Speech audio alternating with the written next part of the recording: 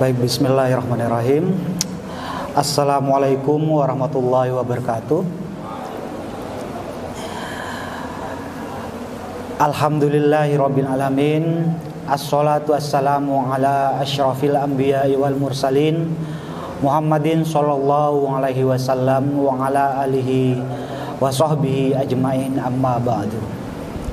Pertama, mari kita panjatkan syukur yang sebesar-besarnya kehadirat Allah Subhanahu wa taala, di mana pada kesempatan sore hari ini kita masih diberi berbagai limpahan rahmat dan anugerah, sehingga kita masih bisa menjalani dan menikmati nikmat sebagai muslim sampai hari ini. Yang kedua, salawat dan salam semoga selalu tercurah limpahkan kehadirat Nabiullah Muhammad SAW, di mana berkat syafaat beliau kita bisa merasakan nikmat dan indahnya Islam sampai hari ini.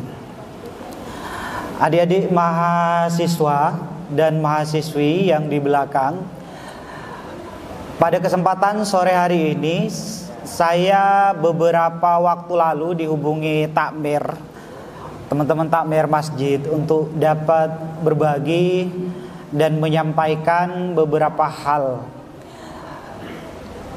Saya diminta berbagi atau menyampaikan hal-hal yang berbau dewasa. Ya. Sehingga tema yang diminta untuk disampaikan, dibagikan itu berani tambah atau berani menjadi dewasa. Ya. Temanya sebenarnya, pertanyaannya itu bukan berani menjadi dewasa atau berani tambah dewasa.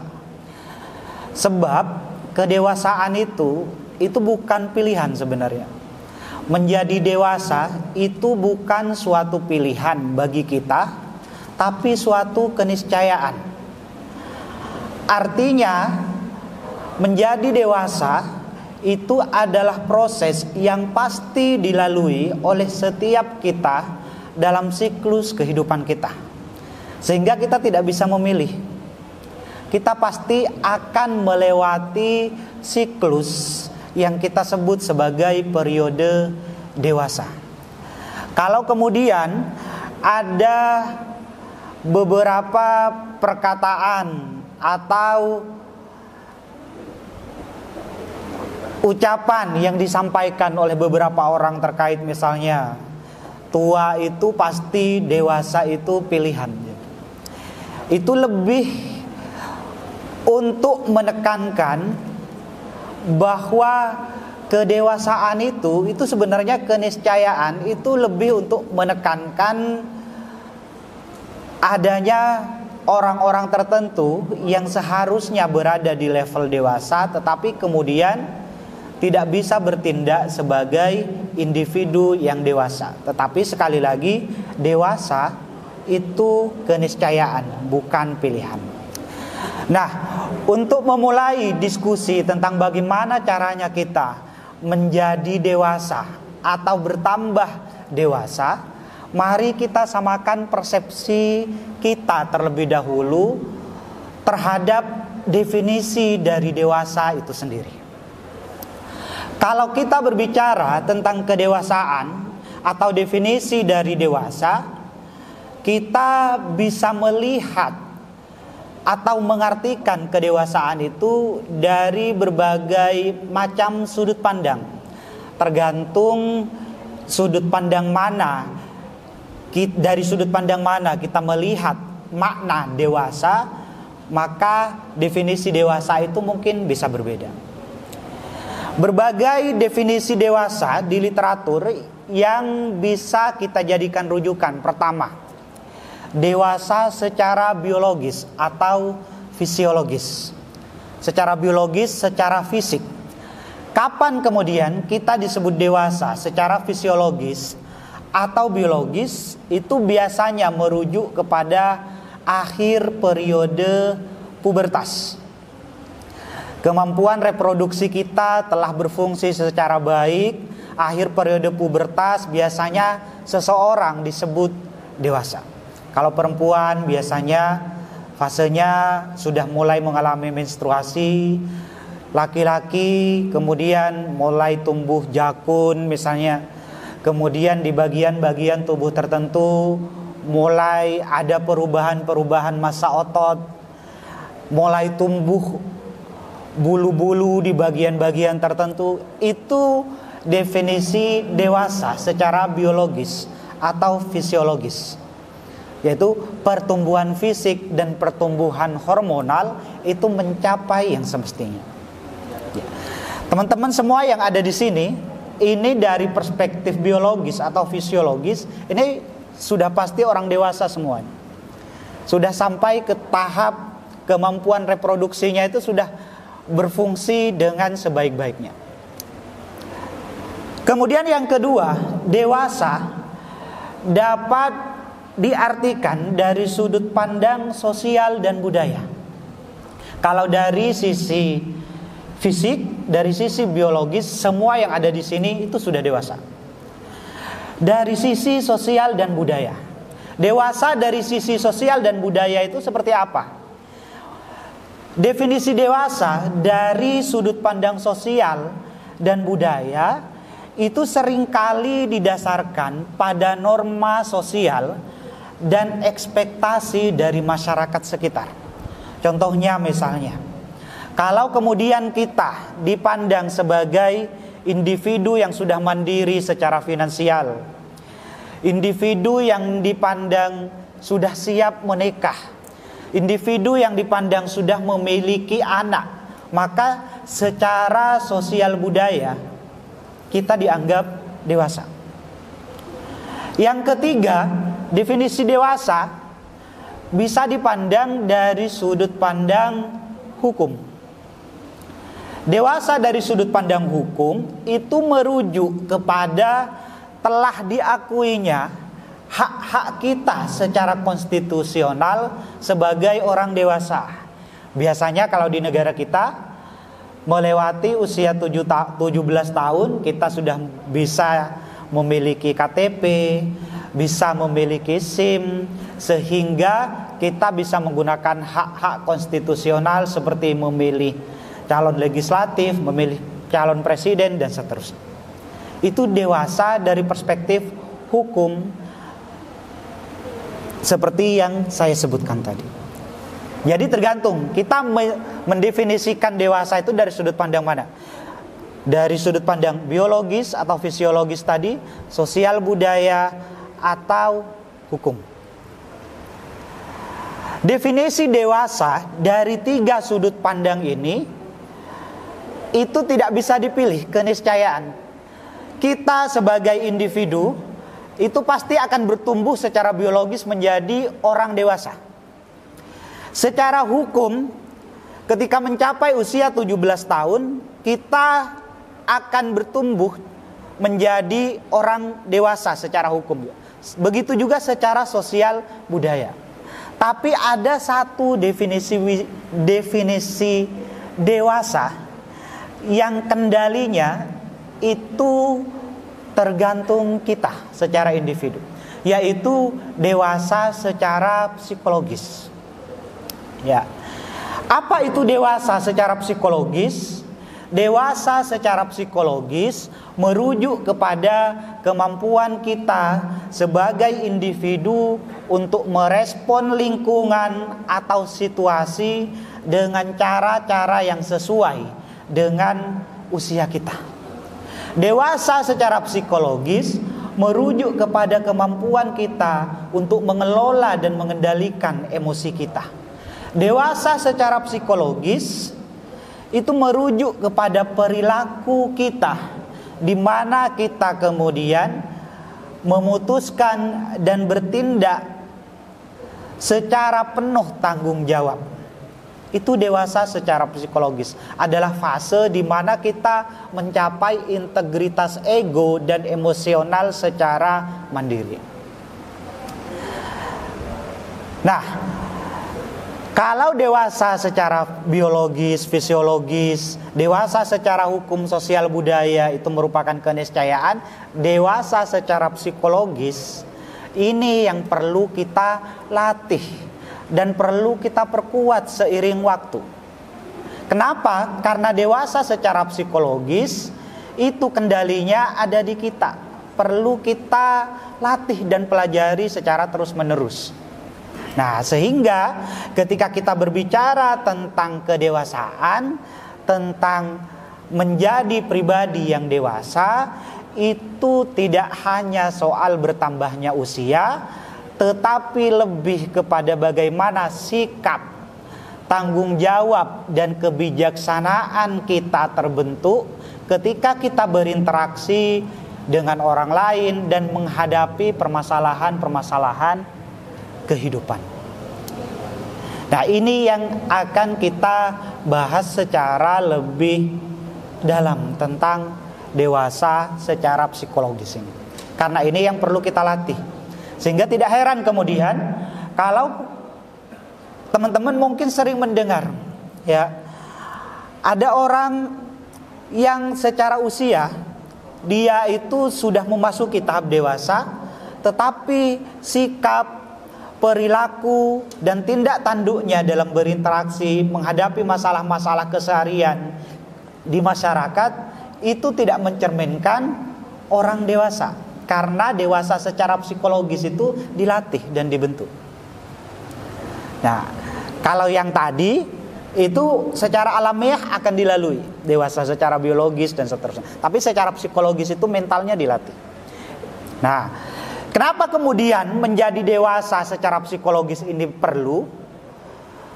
Karena kalau di dalam Islam itu dalam surat Al-An'am 164 Allah Subhanahu wa taala berfirman, "Wala taksibu kullu nafsin illa 'alaiha wala taziru waziratu wizran ukhra."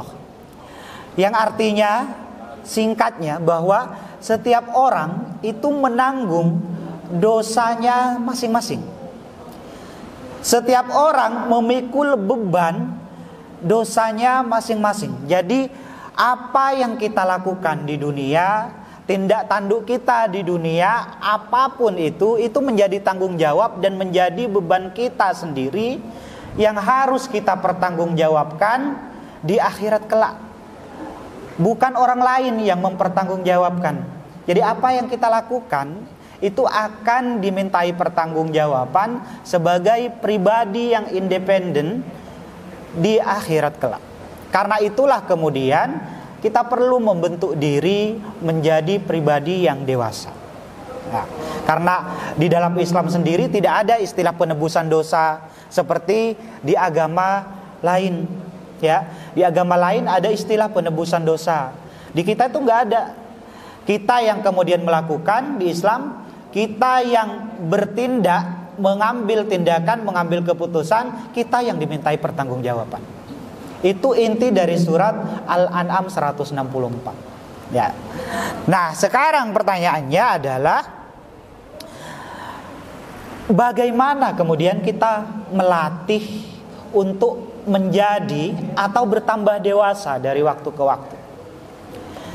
Tadi saya sebutkan bahwa dewasa bukan tentang bertambahnya usia, tapi tentang bagaimana sikap, perilaku, tanggung jawab, dan kebijaksanaan kita ketika kita berinteraksi dengan lingkungan, ketika kita menghadapi berbagai macam persoalan kehidupan. Kita bahas satu persatu. Sikap sekarang. Ya. Individu yang dewasa itu memiliki berbagai macam sikap dan aspek mental yang bisa kita identifikasi. Pertama, ciri dari sikap orang dewasa itu adalah tangguh secara emosional, memiliki ketangguhan emosional. Ya, apa maksudnya memiliki ketangguhan emosional? itu merujuk kepada kemampuan kita untuk bisa menghadapi tekanan, kegagalan, ya, di dalam keseharian kita tanpa kehilangan kendali, apalagi sampai nekat mau melakukan sesuatu yang dilarang oleh agama, bunuh diri misalnya. Jadi ketangguhan emosional ini merupakan salah satu ciri sikap orang dewasa, sehingga menghadapi tekanan apapun, menghadapi kegagalan apapun, mereka tetap bisa berdiri kokoh tanpa kehilangan kendali, ya. Tangguh secara emosional tidak berarti kita tidak memiliki rasa atau emosi negatif, tidak memiliki rasa penyesalan, rasa kecewa, rasa amarah. Itu manusiawi. Emosi negatif itu harus kita akui, itu manusiawi. Tapi ketangguhan emosional orang dewasa dalam menghadapi emosi negatif itu, mereka mampu mengelolanya secara sehat dan produktif. Itu pertama. Jadi tangguh secara emosional. Teman-teman di sini ini semua adalah generasi Z, ya. Jangan-jangan kemudian dikit-dikit menghadapi masalah-masalah tertentu, menghadapi tekanan di kuliah, healing, misalnya. Bahasanya generasi Z kan sekarang begitu ya. Dikit-dikit healing aja bawaannya. Ya, padahal kalau kalian merujuk kepada surat Ar-Ra'd itu, ya. Kita merujuk kepada surat Ar-Ra'd itu, di sana disebutkan bahwa ala bidzikrillahi tatmainnul qulub, yang artinya bahwa hanya dengan mengingat Allah maka ketenangan hati akan didapatkan. Saya pernah dinasehati oleh kedua orang tua saya dulu sebelum memasuki kuliah di sarjana, ya, program sarjana. Katanya gini, selalu ingat Allah, ingat bahwa dengan mengingat Allah mengetahui dirimu sendiri, gitu ya. Orang yang ingat Allah, orang yang suka berzikir, mengingat kebesaran-kebesaran Tuhannya, dia akan menemukan sesuatu dalam dirinya, sehingga hanya untuk menemukan ketenangan, kedamaian, maka dia nggak perlu membutuhkan entertain macam-macam. Jadi orang yang damai hidupnya, tenang hatinya, tahu apa yang ada dalam dirinya, dia akan menemukan ketenangan-ketenangan sejati, bahkan tanpa mengeluarkan biaya sepersen pun. Itulah pendekatan-pendekatan yang dilakukan oleh para sufi zaman dulu, ya. Para sufi itu mendapatkan ketenangan batin, mendapatkan kedamaian batin dengan kemudian menjauhi aspek-aspek duniawi. Sekarang kita kan, terutama generasi-generasi Z ini, mencari ketenangan, mencari kedamaian dengan cara healing, mengaitkan ketenangan dan kedamaian dalam diri kita dengan sesuatu di luar kita. Sehingga kalau sesuatu di luar kita itu nggak ada, tidak bisa menemukan kedamaian dan ketenangan sejati dalam diri sendiri. Padahal ada qaul sahabat yang mengatakan, ada yang menyebutnya sebagai hadis, ya, man arafa nafsahu arafa rabbahu. Apa artinya? Barang siapa yang mengetahui dirinya sendiri, maka dia akan mengenali dan mengetahui Tuhannya itu. Sehingga kalau kita tahu diri kita itu, ya, mengenali dengan baik emosi diri kita sendiri dan seterusnya, maka kebahagiaan dan kedamaian sejati itu sumbernya dari dalam diri sendiri. Nah, itu pertama ya tadi, ya. Jadi sikap orang dewasa itu pertama memiliki ketangguhan emosional. Nah, kemudian yang kedua, sikap orang dewasa, mereka itu memiliki empati dan penghargaan yang tinggi terhadap perbedaan. Apa itu empati? Empati itu merujuk kepada pemahaman dan respon sensitif kita terhadap keadaan dan posisi orang lain, ya. Memiliki empati tinggi berarti kita bisa menempatkan diri kita di posisi orang lain, menempatkan perspektif kita di perspektif orang lain, menempatkan perasaan kita dan kebutuhan kita di perasaan dan kebutuhan orang lain. Itu empati. Sehingga ketika kita memiliki empati yang tinggi, itu adalah satu fase di mana aspek ego sentral dalam diri, egosentris dalam diri kita itu bergeser, sudah bergeser. Ya, kita lebih memahami orang lain. Sehingga kalau empati kita tinggi, kita itu akan lebih bisa memahami perbedaan pendapat, memahami perbedaan budaya, perbedaan latar belakang yang mungkin menyebabkan orang lain berperilaku tertentu yang berbeda dengan kebiasaan kita. Kita akan lebih bijaksana, lebih memahami, karena empati kita terbentuk. Itu adalah sikap orang dewasa. Yang kedua, jadi empati tinggi dan menghargai adanya perbedaan. Ya, sehingga teman-teman, kalau sampai di fase di mana secara definitif, secara biologis kita semua udah berada pada fase dewasa, tapi kita tidak bisa mentoleransi perbedaan-perbedaan, menghargai perbedaan pendapat, menghargai perbedaan pandangan dari teman-teman kita, kita patut bertanya, kedewasaan psikologis kita sampai mana? Ya. Nah, kemudian yang ketiga, aspek ketiga dari sikap dewasa itu adalah mandiri. Jadi orang dewasa itu memiliki sikap kemandirian dan sikap inisiatif. Mandiri itu dalam artian orang dewasa itu akan mampu membuat keputusan-keputusan sendiri dan bertindak sesuai dengan kepentingannya sendiri, dan di saat yang bersamaan mengambil tanggung jawab atas hasil dari tindakan dan keputusannya. Itu orang dewasa, mandiri. Selain mandiri tadi sikapnya, kemudian inisiatif. Orang dewasa itu penuh inisiasi. Artinya penuh inisiatif itu kita di keseharian kita mungkin akan selalu berhadapan dengan masalah-masalah di sekitar kita, masalah di perkuliahan, masalah dengan teman, masalah dengan anggota keluarga, dan seterusnya. Orang dewasa itu punya inisiasi yang tinggi untuk secara proaktif menemukan solusi atau menemukan kesempatan untuk bertumbuh, baik secara pribadi, profesional, ataupun kehidupan relasional lainnya. Itu orang dewasa.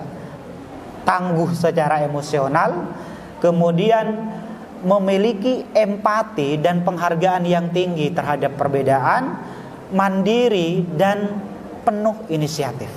Itu ciri-ciri sikap mental dari orang dewasa yang menunjukkan secara psikologi level kita sudah berada di level dewasa. Jadi 3 tadi, itu yang ketiga. Tapi ada sikap lain juga dari orang dewasa itu. Sikap berikutnya yaitu adalah kebijaksanaan. Jadi ketika kemudian kita harus mengambil keputusan secara mandiri, kita mengambil keputusan itu juga secara bijaksana. Bijaksana itu dalam artian ketika kita mengambil keputusan, kita menggunakan akal pikiran kita, kita menggunakan logika kita, menggunakan nalar kita, menggunakan pertimbangan-pertimbangan etis sebelum kemudian kita memutuskan apakah saya akan memutuskan dan bertindak sedemikian. Jadi orang dewasa penuh dengan kebijaksanaan. Dan kebijaksanaan ini akan susah kita dapatkan tanpa adanya sikap keterbukaan untuk selalu belajar. Belajar dari pengalaman, belajar dari kesalahan masa lampau, dan seterusnya. Ketika kita terbuka terhadap pengalaman-pengalaman di masa lampau, kesalahan-kesalahan di masa lampau, kita akan terbentuk menjadi pribadi yang lebih bijaksana. Sikap berikutnya dari orang dewasa itu adalah ketanggung-jawaban. Ya. Apa maksudnya ketanggung-jawaban? Orang dewasa itu mandiri mengambil keputusan tetapi dia bertanggung jawab atas hasil dari keputusan dan tindakan yang dilakukannya. Pada saat terjadi kesalahan, dia mengakui dan belajar dari kesalahan tersebut. Itu adalah indikator kita bertanggung jawab. Semua orang mungkin bisa mengalami kekhilafan. Semua orang bisa berbuat salah di fase-fase kehidupannya. Tetapi tidak semua orang bisa mengakui kesalahan dan kekhilafan lalu belajar untuk memperbaiki diri, belajar untuk bertumbuh lebih baik. Belajar untuk bertumbuh dan memperbaiki diri menjadi lebih baik, belajar dari kesalahan-kesalahan masa lampau, itu adalah bentuk ketanggung-jawaban kita pada diri kita sendiri. Itu adalah sikap mental dari orang dewasa.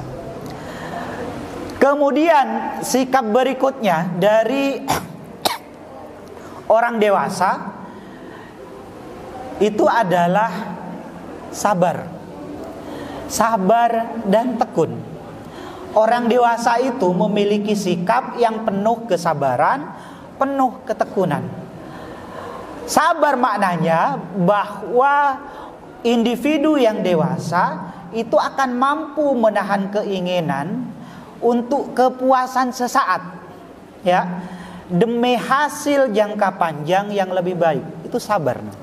Jadi sabar itu ketika kita mampu menahan apa mungkin yang membuat kita itu senang dan puas, ya, dalam jangka waktu pendek, puas dan senang sesaat untuk kepentingan yang jauh lebih baik dalam jangka panjang. Itu perwujudan kesabaran, sikap kesabaran dari seorang yang dewasa.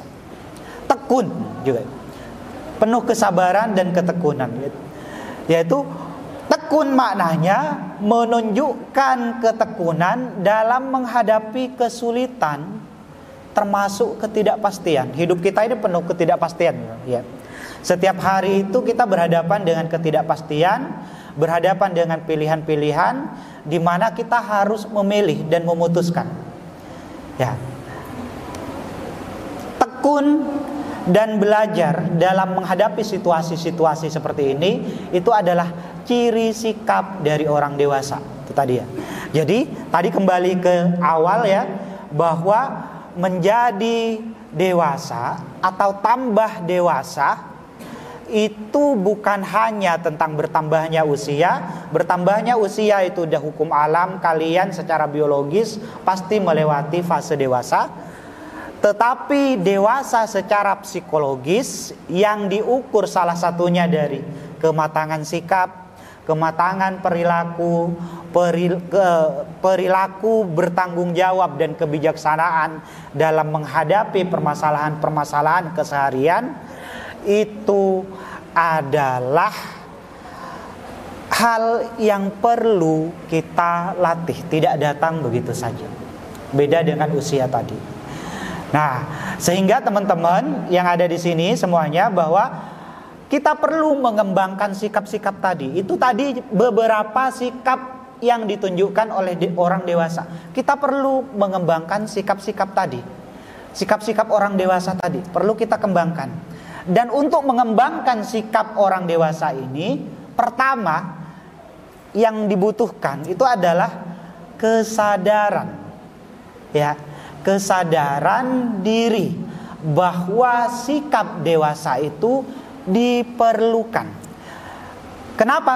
Karena perlu dipertanggungjawabkan.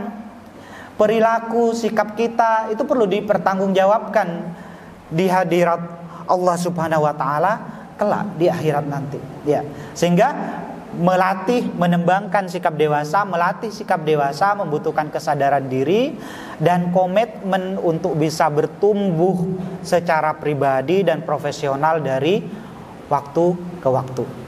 Caranya menumbuhkan sikap dewasa ini mulai dari pola pikir. Ya, mulai dari pola pikir. Pola pikir itu membentuk sikap. Ya. Sikap kemudian membentuk perilaku. Perilaku itu akan membentuk kebiasaan. Kebiasaan itu akan membentuk karakter. Karakter itu akan menentukan nasib dan takdir kita semua di masa yang akan datang. Sehingga kalau mau membuat kebiasaan-kebiasaan yang baik, kebiasaan-kebiasaan yang bagus, ya, kalian kepengen masa depannya baik di dunia maupun di akhirat, mulai dari pola pikir tadi. Pola pikir itu akan membentuk sikap, ya. Kemudian sikap, kalau katanya Margaret Thatcher, ya, itu Perdana Menteri pertama di Jerman, Perdana Menteri pertama perempuan di Jerman. Margaret Thatcher itu mengatakan bahwa hati-hati dengan pikiran kita, katanya. Kenapa? Karena apa yang kita pikirkan itu akan menjelma menjadi tindakan atau perilaku. Kemudian hati-hati dengan tindakan atau perilaku kita. Karena apa yang kita tunjukkan lewat perbuatan kita, lewat tindakan kita, itu akan menjadi kebiasaan. Kemudian katanya Margaret Thatcher, hati-hati dengan kebiasaan kita, karena kebiasaan itu akan membentuk karakter kita. Dan hati-hati dengan karakter kita, karena karakter akan menentukan keberhasilan kalian, akan menentukan nasib dan takdir kalian di masa yang akan datang seperti apa, ya. Itu katanya Margaret Thatcher. Sehingga mulai dari pola pikir. Jadi sadar dulu bahwa kita perlu berubah untuk menjadi dewasa, ya. Dengan pola pikir yang benar, sikap kita kemudian akan berubah. Sikap berubah, perilaku juga akan berubah, ya.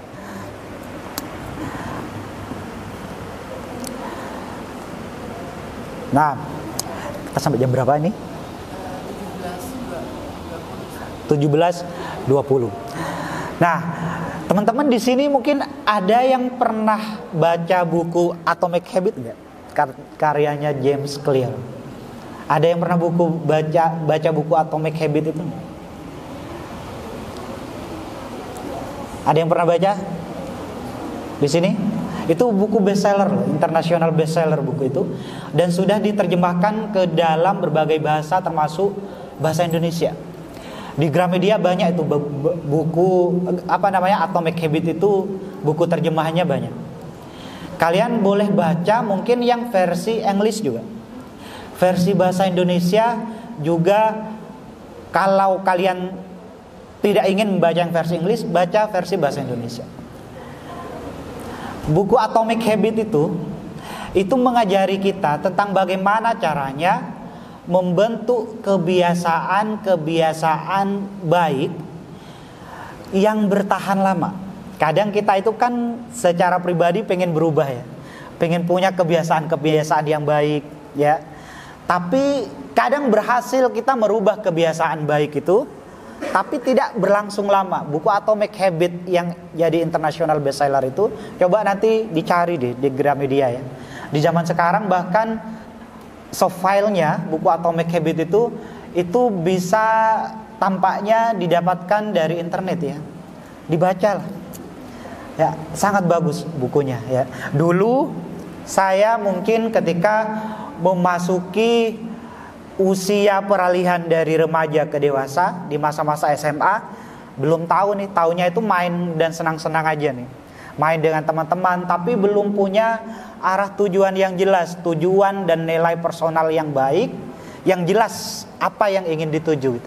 Sampai kemudian saya dulu menemukan buku judulnya The Magic of Thinking Big. Itu masa SMA kalau nggak keliru, tahun 2004-an lah, ya. Tahun 2004-an.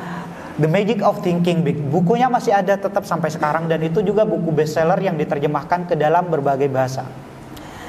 Saya iseng kemudian beli buku itu ketika ke toko buku. Saya baca sampai habis.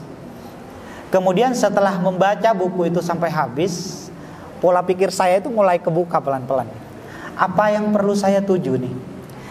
Apa yang perlu saya lakukan dalam kehidupan saya dari tahun ke tahun? Mulai terbuka pelan-pelan. Bagaimana caranya kemudian mengabsorpsi kebiasaan-kebiasaan baik, berpikir besar.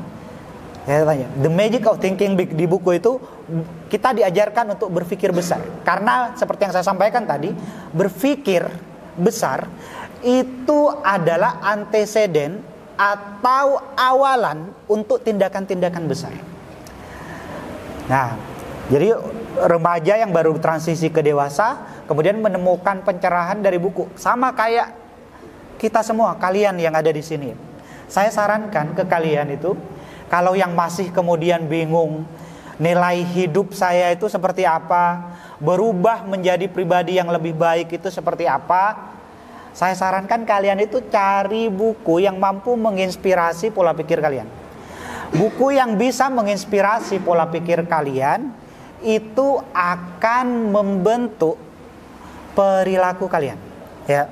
Salah satu yang saya sarankan itu, kalau kalian tadi pengen belajar bertumbuh menjadi pribadi yang lebih baik, pribadi yang lebih dewasa, saat ini berada di fase sebenarnya pengen lebih baik, Pak. Pengen menjadi pribadi yang bertumbuh, tapi kok susah menghilangkan kebiasaan-kebiasaan yang sudah mendarah daging. Ngegame aja seharian misalnya, ya. Dari pagi sampai malam ngegame gitu seharian. Kemudian susah untuk keluar, padahal ada keinginan. Baca buku Atomic Habit tadi. Ya, baca buku Atomic Habit tadi. Nah, sekarang saya akan coba membahas sedikit sebelum nanti kita buka pertanyaan, ya. Membahas sedikit buku Atomic Habit ini. Ya. Supaya kita terlatih menjadi pribadi yang dewasa tadi, memiliki sikap-sikap yang dewasa tadi. Karena itu tadi saya tanya, ada yang pernah baca nggak bukunya gitu? Belum pernah, ya? Itu buku bagus, coba nanti dibaca, ya.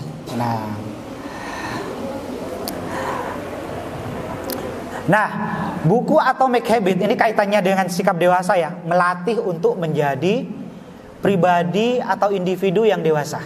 Tadi kan yang perlu kita latih itu adalah kedewasaan secara psikologis. Ukurannya kedewasaan secara psikologis itu bisa dilihat dari sikap mental kita.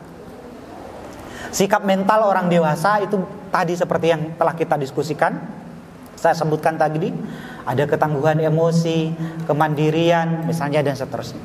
Sikap mental, ada kemudian perilaku bertanggung jawab, ada kebijaksanaan. Itu adalah beberapa indikator kedewasaan secara psikologis. Nah, sekarang bagaimana caranya membentuk sikap yang dewasa tadi, perilaku bertanggung jawab, kebiasaan-kebiasaan baik tadi. Nah, kalau katanya buku Atomic Habit ini, ya, kebiasaan yang sangat kecil yang kita biasakan dari waktu ke waktu itu memiliki dampak yang sangat besar dalam jangka panjang, baik untuk pertumbuhan pribadi atau pertumbuhan personal. Ada pertumbuhan pribadi atau pertumbuhan profesional kalian nanti, misalnya di karir. Apa yang bisa kita pelajari dari buku Atomic Habits? Nanti misalnya kalau teman-teman kepingin baca, satu yang bisa kita pelajari nih, supaya kita bisa melatih dan membiasakan kebiasaan-kebiasaan baik yang pada gilirannya nanti menumbuhkan sikap mental yang baik, sikap mental orang dewasa, perilaku orang dewasa, dan kebijaksanaan. Itu harus dilatih. Cara ngelatihnya coba kita adopsi apa yang disampaikan James Clear di buku Atomic Habit. Pertama yang bisa kita pelajari, mulai dari perubahan kecil katanya. Mulai dari perubahan kecil. Di buku ini dijelaskan bahwa perubahan-perubahan kecil yang tampak sepele, ya, tapi rutin dan persisten kita lakukan, itu akan menghasilkan kumulasi kebiasaan yang berdampak besar dalam jangka panjang. Ya. Jadi mulai dari perubahan-perubahan kecil. Kalau kemudian teman-teman misalnya ingin menjadi misalnya menjadi pribadi yang sehat secara fisik atau secara mental, mulai dari kebiasaan-kebiasaan kecil. Mulai dari kebiasaan-kebiasaan kecil, mulai pilih-pilih makanan, ya. Mulai bangun sebelum subuh misalnya dibiasakan. Teman-teman yang biasa bangun sebelum subuh itu pasti akan merasakan betapa segarnya pikiran dan fisik kita ketika kita terbiasa tidur misalnya di jam 9 misalnya, ya. Kemudian bangun sebelum subuh, fisik dan pikiran kita itu akan sangat-sangat terlatih dan fresh. Yang terbiasa tidur cepat kemudian bangun sebelum subuh pasti akan merasakan itu. Kalian jangan berpikir kemudian misalnya ya, public figure yang kemudian badannya gede-gede, ototnya jadi misalnya, mereka itu kemudian kebiasaannya itu tidur malam misalnya, itu bangunnya siang. Coba aja kalian misalnya googling atau cari misalnya di YouTube ya, public figure yang kemudian badannya bagus, bertumbuh bagus, mereka itu kebiasaannya tidur jam 9, kemudian bangun sebelum subuh, dilatih disiplin dari hal-hal kecil gitu. Perubahan kecil katanya buku Atomic Habit ini. Kenapa disebut Atomic Habit, kebiasaan atom? Karena atom itu kan kecil. Kalau kita biasakan dilakukan secara persisten, kecil-kecil dari waktu ke waktu, itu akan menghasilkan kumulasi yang berdampak besar bagi diri kita. Itu satu, mulai dari hal kecil, katanya buku Atomic Habit. Kalau pengen kita melatih diri kita bertumbuh, sikap dan perilaku kita menjadi lebih baik, menjadi lebih dewasa. Kemudian yang kedua, ini yang menarik, katanya buku Atomic Habit itu fokus ke sistem, alih-alih tujuan atau sasaran gitu. Apa maksudnya fokus ke sistem, alih-alih sasaran? Sistem itu oleh James Clear itu didefinisikan sebagai serangkaian proses atau aktivitas yang sengaja kita rancang untuk mencapai tujuan. Fokus ke situ yang kecil-kecil itu. Ke serangkaian proses atau aktivitasnya yang sengaja kita rancang. Fokus ke situ, jangan ke tujuannya itu sendiri atau ke sasarannya sendiri.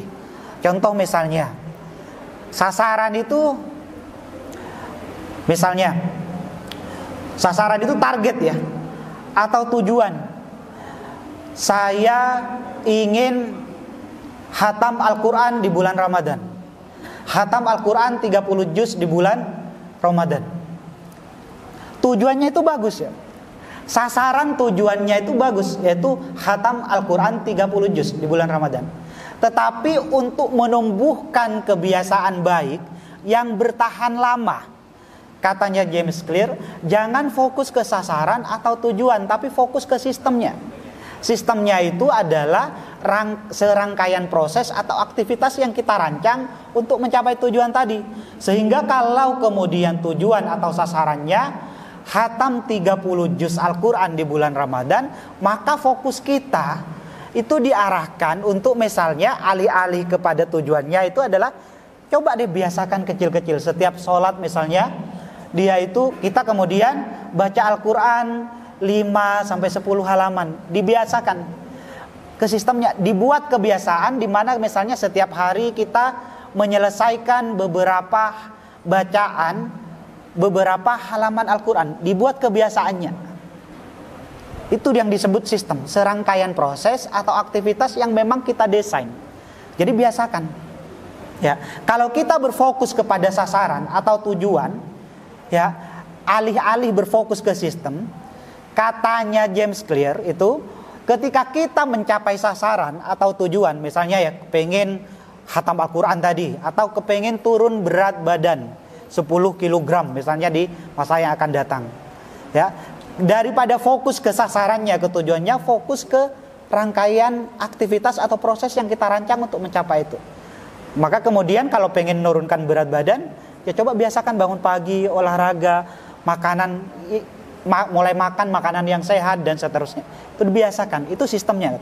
Karena kalau kita berfokus ke sasaran atau tujuan, katanya James Clear, yang tujuan atau sasaran itu bersifat sementara, kadangkala ketika kita telah mencapai sasaran tersebut, pencapaian tersebut hanya memberikan kepuasan sesaat. Sehingga tanpa sistem yang berkelanjutan, tanpa kebiasaan-kebiasaan yang memang sengaja kita rancang pelan-pelan, kebiasaan yang kita coba tumbuhkan itu nggak akan bertahan lama. Ya, nggak akan bertahan lama, akan kembali ke kebiasaan lama. Ya, jadi misalnya gini, targetnya membaca Al-Quran 30 juz di bulan Ramadan. Itu sasarannya atau tujuannya. Ketika kemudian kita cuma berfokus ke sasaran, tidak berfokus ke sistemnya, ketika memang telah selesai, kita kemudian membaca Al-Quran 30 juz selama bulan Ramadan, maka ghirah untuk kemudian membaca Al-Quran itu akan hilang setelah bulan Ramadan.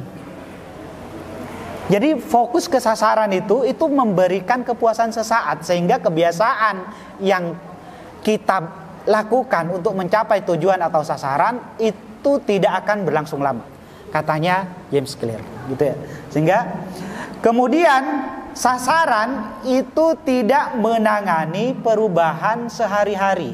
Karena itu kenapa kita tidak dianjurkan untuk berfokus ke tujuan atau sasaran. Kenapa? Karena menetapkan sasaran tanpa sistem atau perencanaan berarti, katanya James Clear, kita itu belum memiliki rencana untuk mencapainya. Kalau kita punya sasaran, target yang ingin dicapai, fokus ke rencananya ini.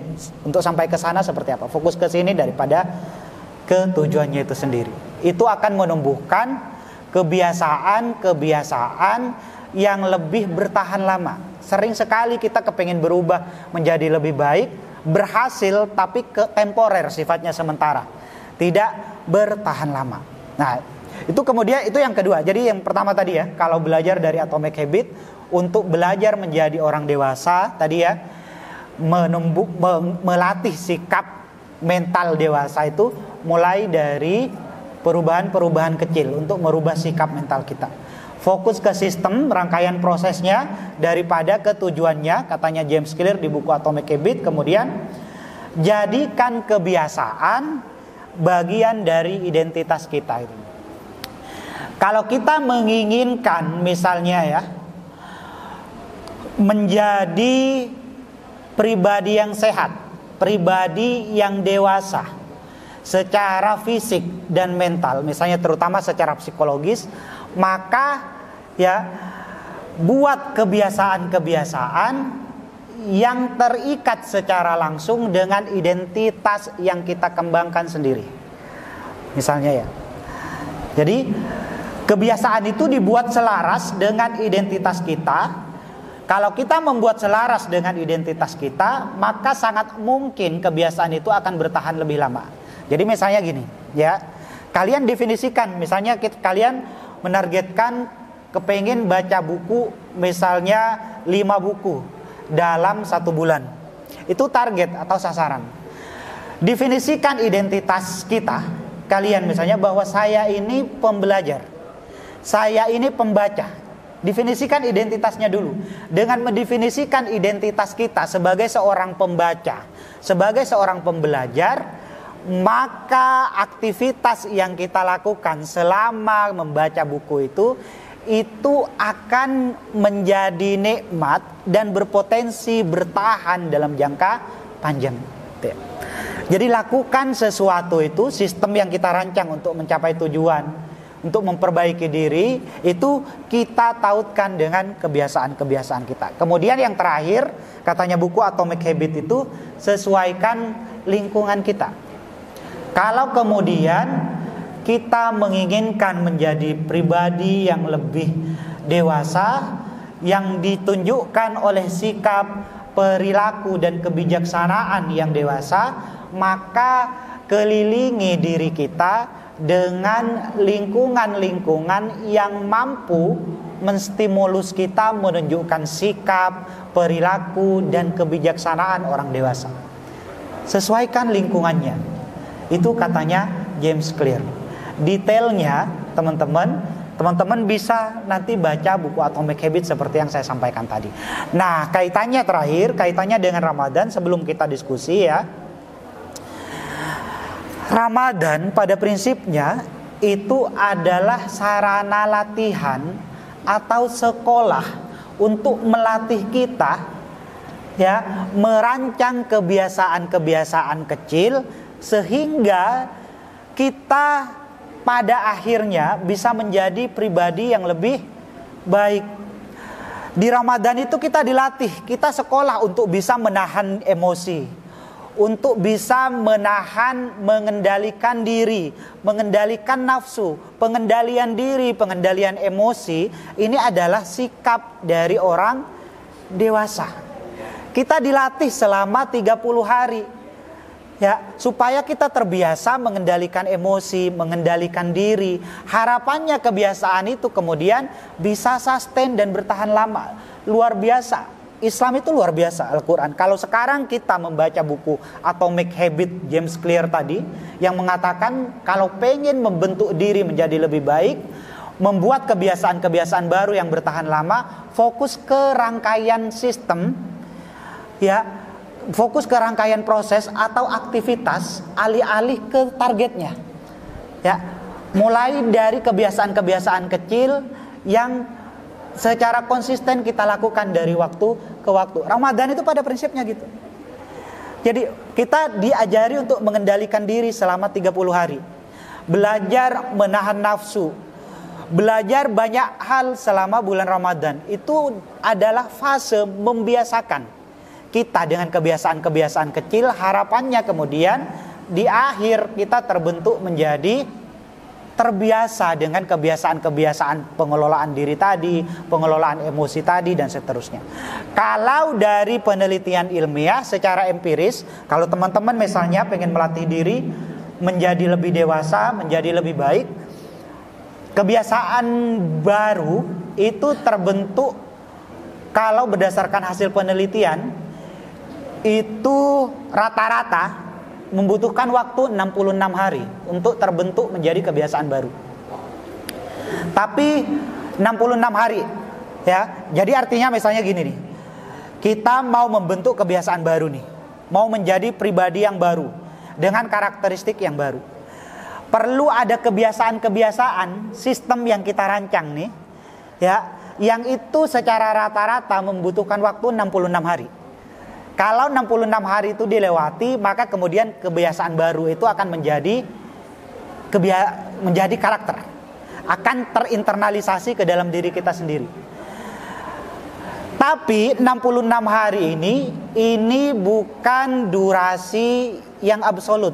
Para peneliti itu bervariasi, ya, mendefinisikan kita butuh berapa lama sih untuk membentuk kebiasaan baru itu.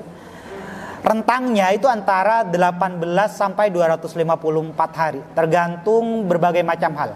Tergantung individunya, kebiasaan yang ingin dibentuk itu apa, kemudian tergantung lingkungan dan keadaannya. Tapi rata-rata waktu yang dibutuhkan itu 18 sampai 254 hari. Rata-ratanya 66 hari. Sehingga kalau kita di bulan Ramadan, di bulan puasa, itu diwajibkan berpuasa selama 30 hari, di mana selama 30 hari itu kita diajari untuk menahan nafsu, mengendalikan emosi, menjadi pribadi yang lebih disiplin karena harus buka di saat sahur dan seterusnya. Itu adalah fase di mana kita dilatih, disekolahkan supaya kita bisa menjadi pribadi yang lebih baik itu tadi. Ini berkesesuaian dan selaras dengan temuan psikologi modern yang dipaparkan James Clear tadi di buku Atomic Habit itu tadi, bahwa untuk membentuk kebiasaan baik itu ke sikap-sikap dewasa, sikap mental dan perilaku dewasa, itu perlu serangkaian proses dan aktivitas yang memang kita rancang secara persisten, dan itu butuh waktu tadi. Waktunya sekitar 15 sampai 254 hari tadi. Itu ya, semoga apa yang saya sampaikan sedikit tentang bagaimana caranya menjadi bertumbuh, menjadi lebih dewasa dari waktu ke waktu, itu bisa ada manfaatnya untuk bisa kita pelajari. Ingat bahwa menjadi dewasa, menjadi tambah dewasa itu bukan pilihan, itu keniscayaan. Karena sebagai individu muslim kita akan dimintai pertanggungjawaban atas sikap dan segala tindak tanduk yang kita tunjukkan di dunia, ya. Dan tindak tanduk atau perilaku keseharian kita di dunia itu ditentukan oleh banyak hal yang dimulai tadi, pola pikir, kemudian sikap, perilaku, kebiasaan, dan karakter itu tadi. Ya, karena itu kita harus melatih secara terus-menerus untuk menjadi pribadi yang lebih baik, memiliki sikap dan mental yang dewasa secara psikologis. Itu saja mungkin yang bisa saya sampaikan. Selanjutnya mungkin kalau ada pertanyaan kita bisa diskusi lebih jauh. Terima kasih Mas Ragil.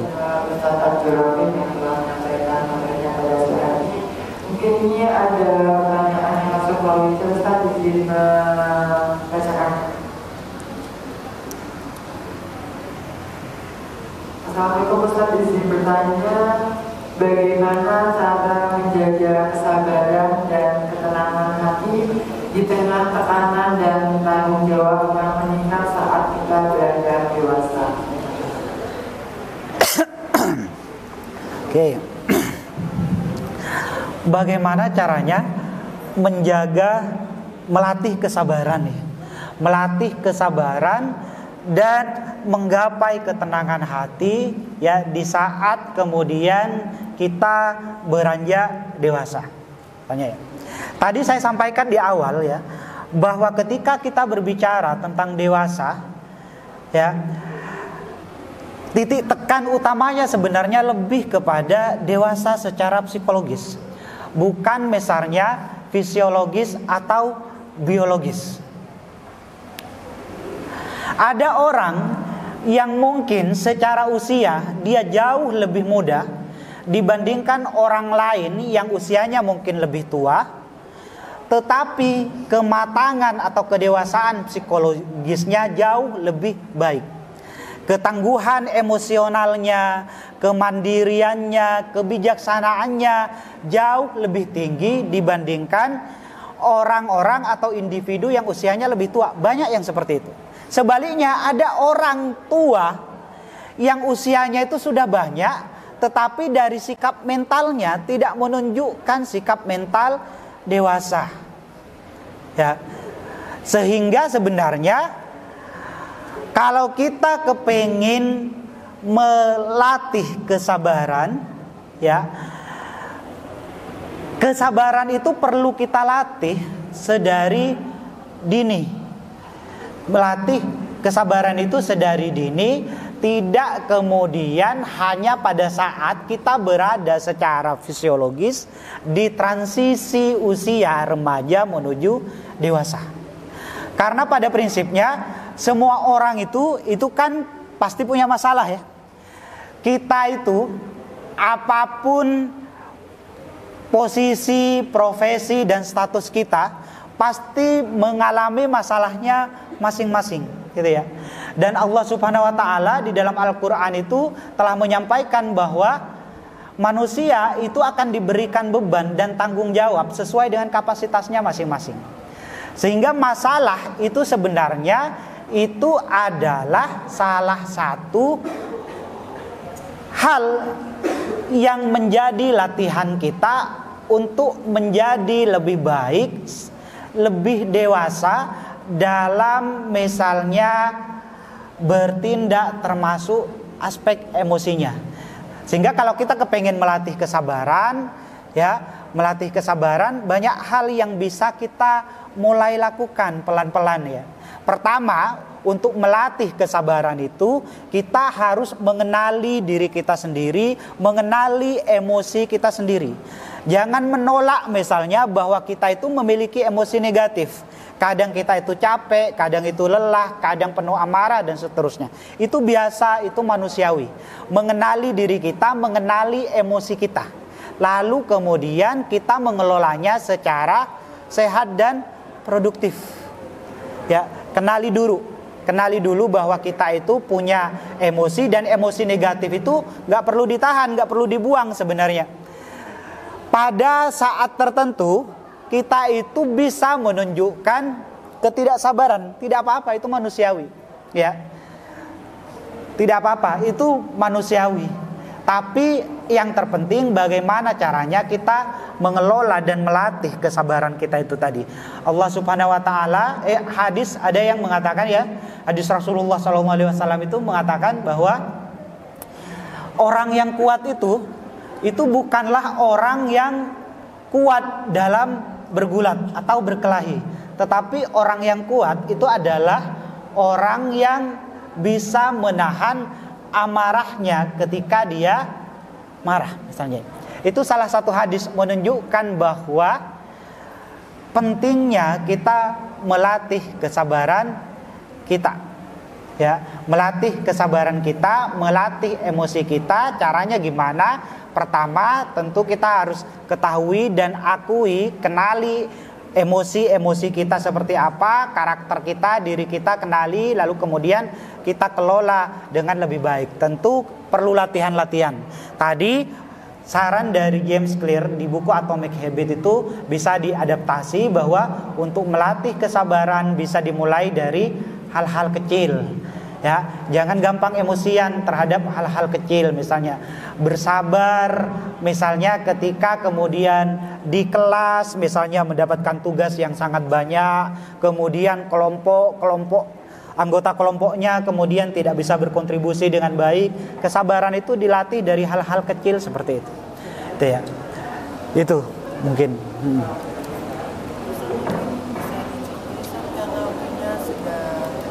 Iya. Mungkin bisa langsung dicoba. Bisa langsung tutup ya. Oke, baik. Itu yang bisa saya sampaikan, mungkin karena ini waktunya sudah habis ya. Seperti yang saya sampaikan tadi, pesan saya mungkin teman-teman ingat bahwa masa depan teman-teman, takdir teman-teman di masa depan itu akan seperti apa, itu ditentukan mayoritas oleh bagaimana bentukan karakter kita. Bagaimana karakter kita, dan karakter kita itu ditentukan oleh kebiasaan-kebiasaan yang kita lakukan di setiap hari kita. Kebiasaan-kebiasaan itu ditentukan atau didahului oleh tindakan atau perilaku. Tindakan atau perilaku ditentukan oleh pola pikir. Karena itu teman-teman, saya sarankan ya, mulai dari pola pikir. Untuk menjadi dewasa, menjadi karakter individu yang lebih baik, mulai benahi pola pikir kita. Akui bahwa kedewasaan itu sebuah keniscayaan, karena kita harus dimintai pertanggungjawaban atas semua hal yang kita lakukan di dunia kelak di akhirat. Maka dengan begitu mindset kita, pola pikir kita bahwa kita itu perlu untuk menjadi orang dewasa, maka kita akan tergerak untuk belajar. Perilaku kita itu terdorong untuk mengikuti pola pikir kita. Itu sedikit mungkin yang bisa saya pesankan. Dan nanti kalau misalnya ada waktu, baca buku Atomic Habit ya. Itu buku bestseller yang akan sangat berguna bagi teman-teman yang ingin membentuk kebiasaan-kebiasaan baik, dan bagaimana caranya kebiasaan-kebiasaan baik itu bertahan lama di dalam diri kita, terinternalisasi ke dalam diri kita. Itu saja yang mungkin bisa saya sampaikan. Semoga dapat diambil manfaat dan pelajaran untuk kita bertumbuh di masa yang akan datang. Wabillahi taufiq wal hidayah. Assalamualaikum warahmatullahi wabarakatuh.